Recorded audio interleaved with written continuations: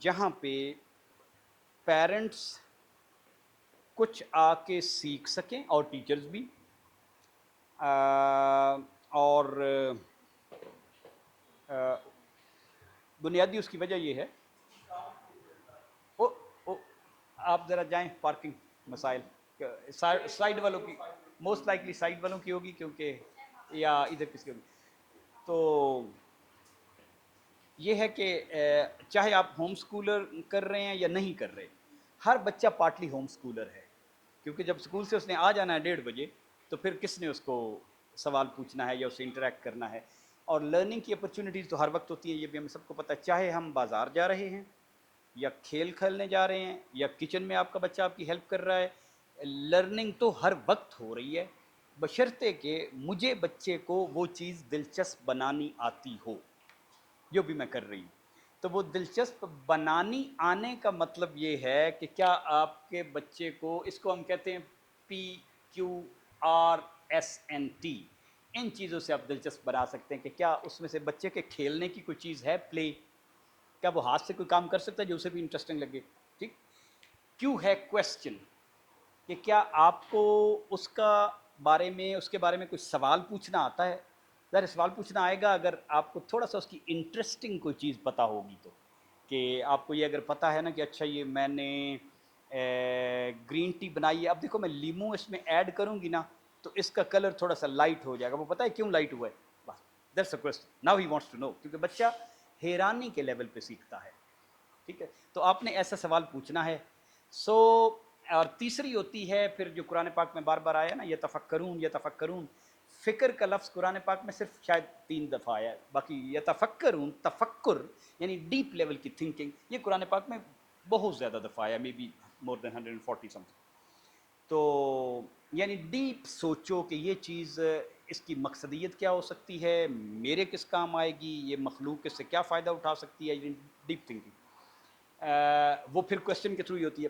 اور چوتھا کمپوننٹ ہے سٹوری کہ مجھے اس کی کوئی چھوٹی موٹی سٹوری آتی ہے مثال کے طور پہ عید الاضحیٰ آ گئی تو میں حضرت ابراہیم علیہ السلام کی چھوٹی سی سٹوری سنا سکتی ہوں بچے کو نہیں یا آگے فرض کریں ربیع الاول آ گیا تو فرض کرو ایک ماحول بنا ہوا ہے کہ جی حضور صلی اللہ علیہ وسلم کی سیرت پہ کچھ لوگوں نے مطلب ایک کوئز کرنے ہیں کچھ نے صرف نعتیں سنانی ہیں کچھ نے کہیں کمپٹیشن ہو جائے گا تو میں حضور صلی اللہ علیہ وسلم کی کیا سٹوری اپنے بچے کو سناؤں گی تو اسے سٹوری اگر نہیں آتی تو پھر اچھی بات نہیں ہے اور اگلی چیز ہے ٹرانسفر کا مطلب یہ ہوتا ہے کہ میں نے جو کچھ بھی یہ سیکھا یہ اصول زندگی کے دوسرے شعبوں میں کہاں استعمال ہو سکتے ہیں مثلا انسان بعض اوقات جنگوں سے سیکھتا ہے اور وہ اصول ٹریفک پہ اپلائی کرتا ہے انسان نے جو کووڈ سے سیکھا ہے انسان نے اس سے اپنا بزنس ڈیولپمنٹ اور کنٹینجنسی پلان بنانا شروع کر دی اب پیرنٹس اس قابل ہو جائیں کہ وہ بچے کے ساتھ یہ کر سکیں نیچرل سائنسز اور میتھ وغیرہ میں بھی اور سوشل سائنسز اور ریلیجن اور فلاسفی میں بھی اب یہ بظاہر بہت لمبا سا کام لگتا ہے ٹھیک ہے میں نے جب اپنی بیگم کے ساتھ یہ بیٹھ کے پلان کیا آج سے سال پہلے میرے 4 بچے تو بڑے ہو گئے ہیں اور they are on their own وہ انہوں نے ہوم سکول کیا تھا اور بیگم کووڈ میں فوت ہو گئی تھیں اور ان کی اب شادیاں وادیاں بھی ہو چکی ہیں تو میں پھر ری میریڈ کیا تو ہمارا ایک چھوٹا سا 2 سال کا بچہ ہے اب میں بیگم کو کہہ رہا تھا کہ اچھا یہ بتاؤ کہ آپ نے ڈبل میتھ فزکس کیا ہے for example if I am not around اور آپ کہتے ہیں کہ میں نے ہوم سکول کرنا ہے تو آپ کو فزکس یا کیمسٹری یا بایو یا انوائرمنٹ یا انگریزی یا علامہ اقبال کے کوئی 4 شعر کچھ آتے ہیں تو نہیں مجھے کچھ بھی نہیں آتا تو پھر ہم لسٹ بنانی شروع کر دی اچھا پھر ایسا ہمیں یہ تو کرنا چاہیے یہ اقبال کے یہ 4 نظمیں تو بندہ سیکھ لینا